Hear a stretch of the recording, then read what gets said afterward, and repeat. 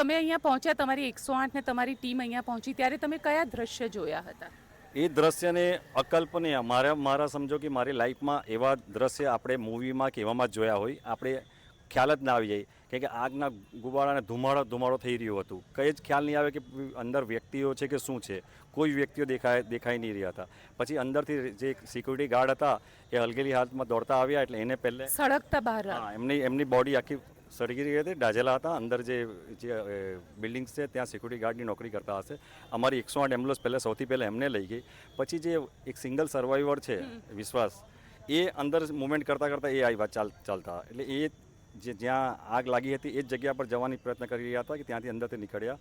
અમારે supervisor Satinder Sindhu first person to respond emergency, એમને પકડીને લઈને એમ્બ્યુલન્સમાં બેસાડ્યા અને એમ્બ્યુલન્સમાં ટ્રીટમેન્ટ કરતાં આપણે લઈ ગયા.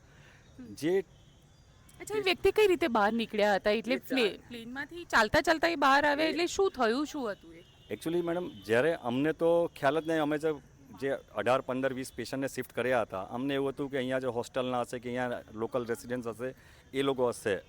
પણ જ્યારે સાંજના જે વિઝ્યુઅલ્સ આવવાના ચાલુ થયા કે ભાઈ એક સિંગલ સર્વાઈવર છે વ્યક્તિ, ત્યારે પછી અમે આઈડેન્ટિફાઈ કર્યું કે આ તો અમારી ટીમ શિફ્ટ કરી રહી છે.